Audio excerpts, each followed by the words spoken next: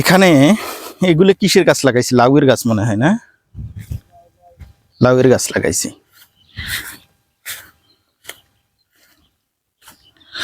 আচ্ছা, আসসালামু আলাইকুম। চাচা ভালো আছেন? এখানে একাই যে বসি আছেন কেনা? আমার এখানে একলার প্রজেক্ট বা একলারে প্রজেক্ট। প্রজেক্টের মধ্যে কি লাগাইছেন? এই যে লাউ শাক লাগাছি।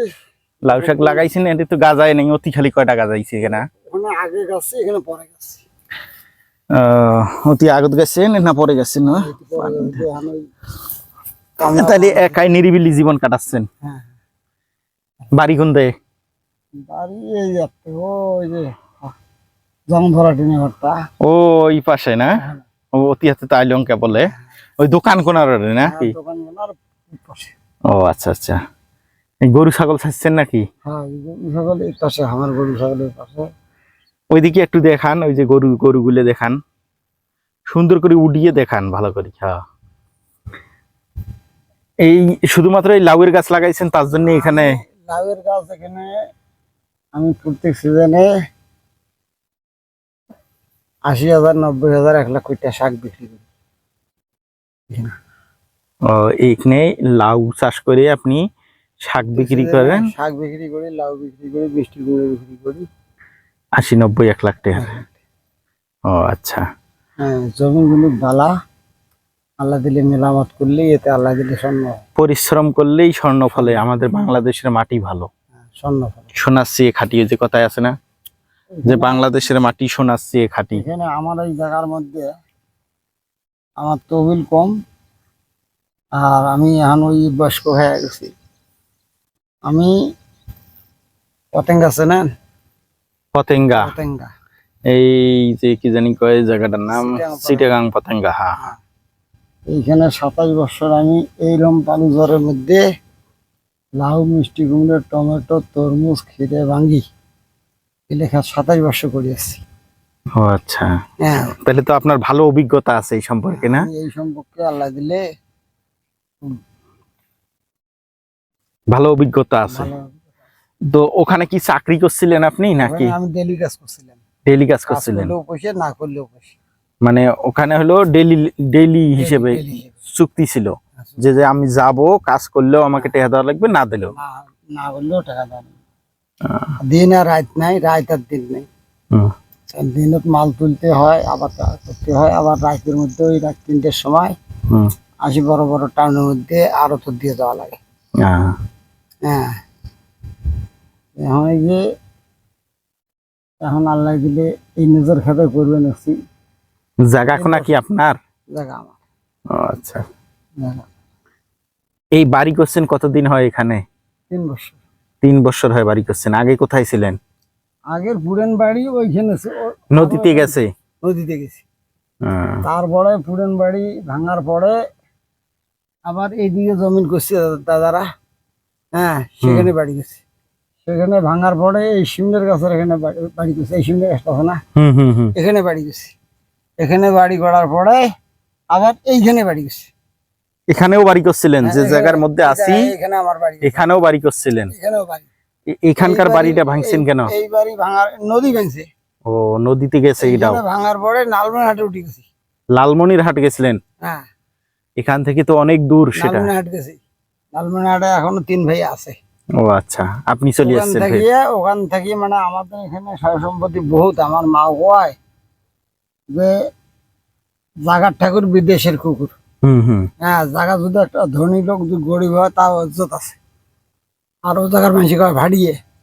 হ্যাঁ, না ভাই আল্লাহ দিলে ফিরে এখানে আসি, ফির জায়গা সম্পত্তি ভাসছে, এই আবাদ কৃষি করি। তারপরে যখন ফির ৮৮-র বন্যা দেখলে ভাঙি টাঙি গেল। এই যে এককালীন সিটিং খাইলাম, এককালীন ২৭ বছর। হ্যাঁ, এই ৩-৪ বছর হয় এই যে জমি হবার, আবার আসি জমিনের মধ্যে দেওয়াল করছি। মানে ৩-৪ বছর হয় ভাসছে এই জায়গা। তার আগে ২৭ বছর আগে আবার নদীতে গেছিল। হ্যাঁ, নদীতে গেছে। মনে করেন তো ধরো চাচা, এই যে আপনারা, আমি দেখছি যে একটা জিনিস খেয়াল করি, আপনারা এই যে নদী আজকে যদি এখানে ভাঙে, কালকে আবার এই জায়গায় একটু সরে গিয়েই ঘর করেন। এর কারণটা কি? এর কারণটা কি, মনে করেন এই যে যখন দাদা এই ঠেকার বাড়ি ভাঙছে, হুম হুম তখন এই জমিটি কিনে নিছে। হুম হ্যাঁ, তখনকার মানুষেরা অন্য অন্য জায়গার মধ্যে যায় নাকি তা জানেন, বউ বেটির ইজ্জতের ব্যাপার, কাঙালা ইজ্জতের ক্ষতি করে না কি করে, এই জায়গার মায়া সরি অন্য জায়গায় যায় নাই কেউ। হ্যাঁ, এই জন্য এই যে ধর এখানে ভাঙিয়ে যে এখানে করছে, হুম এটাই বেশি না এটাই বেশি, নদীতে এবার ভাঙে গেছি। হুম হ্যাঁ, তারপর ওখান থেকে এসে এখানে গেছি, এখানে যখন ভাঙে গেছে এইখান থেকে কাজকল পর্যন্ত, হুম হ্যাঁ এগুলি কাম ছিল, হুম। এগুলোও ভাঙে গেল। তারপরে এখান থেকে আমরা চলে গেলাম লালমনিরহাট। হ্যাঁ, এ পর্যন্ত আপনার হাতে ঘর তৈরি করা কতবার ভাঙছে? 27 বারের উপরে ভাঙছি। 27 বারের উপরে 27 বার, ভাঙছে। লালমনিতে 2 বার ভাঙছি। লালমনিতে যা ভাঙলেন কেন? ওখানে তো কাইম, ওখানে তো কাম নদী নেই। ওখানে, ওখানে যে জায়গা বাড়ি করছি হ্যাঁ প্রথম, ওই জায়গাটা সরকারি জায়গা। হ্যাঁ হ্যাঁ, হ্যাঁ। সরকারি আলট্রাম ঘাটি যখন জায়গা করে নিলে, কয় আমাদের জায়গা ছাড়ি দাও, তখন ওই জায়গা বাদ দিয়ে আবার মনে করেন যে এই আমাদের সাধারণ মানুষের জমি যেগুলো, এই জমি কিনে নিয়ে বাড়ি করছি। বুঝছেন? পরে ওখানকার জায়গা আছে না বিক্রি করে ওখানকার দিছেন? 3 ভাই আছে এখানে। ওখানকার 3 ভাই আছে। আছে। এখন আপনার জায়গাটুকু কি করছেন? আমার আপনার ভাইয়ের জায়গাটুকু, কাছে? আমার জায়গা ওখানে নাই। ও ভাইয়ের হ্যাঁ। জায়গা ছিলেন? না না, ভাইয়ের জায়গা না, তাহলে? আমরা আইসের পরে হ্যাঁ। ওই আমার ভাই আবার জায়গা কিনে নিয়ে বাড়ি গেছে। আচ্ছা। হ্যাঁ, 3 ভাই 3টে জায়গা কিনে নিয়ে বাড়ি গেছে। হুম। আমি কাজ করলে তাই জায়গা কিনে নিয়ে বাড়ি গেছি। ও আচ্ছা আচ্ছা আচ্ছা। আমি কাজ করলে বাড়ি গেছি।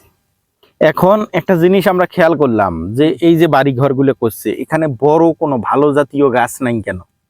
ভালো জাতীয় গাছ নাই কেন? গাছ হয় না, চর ভাঙি যায়, গাছ একটা চোখর ধরা হয়ে যায়, এমন সময় নদীর এসে ভাঙি যায়।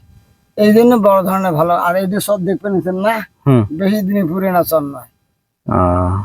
হ্যাঁ, কত বছর হয়েছে এই যাইছে? 5-6 বছর। 5-6 বছর হয়েছে চরকোনা যাইছে না? হ্যাঁ, চরকোনা দেখি। ও আচ্ছা। আচ্ছা, এই বাড়ি ঘরগুলো, এই বাড়িগুলো কত বছর করছি। আর এখানে কেউ বাড়ি করে না, শুধু আমি একাই এই জায়গার মধ্যে থাকি। আমি একাই পশ্চিমবঙ্গ থেকে আসি এখানে, এরকম ভাব। এইখান থেকে ঘুরিয়ে ওই পাশের ওই বাড়িগুলো দেখান দেখি, আস্তে করে দেখান ঘুরিয়ে।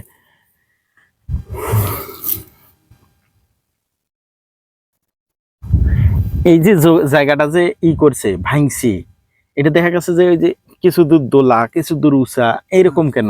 এরকম আল্লাহ করছে, কি করবে, ধারা তো কম নেই। ও মানে ধারের কম বেশির কারণে এরকম উঁচা নিচে হয়।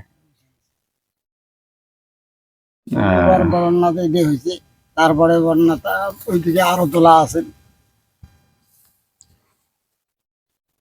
এই যে উঁচে নিচে গুলো দেখা যায়, এগুলো হলো নদীর ধারের কারণেই হয়েছে না? হ্যাঁ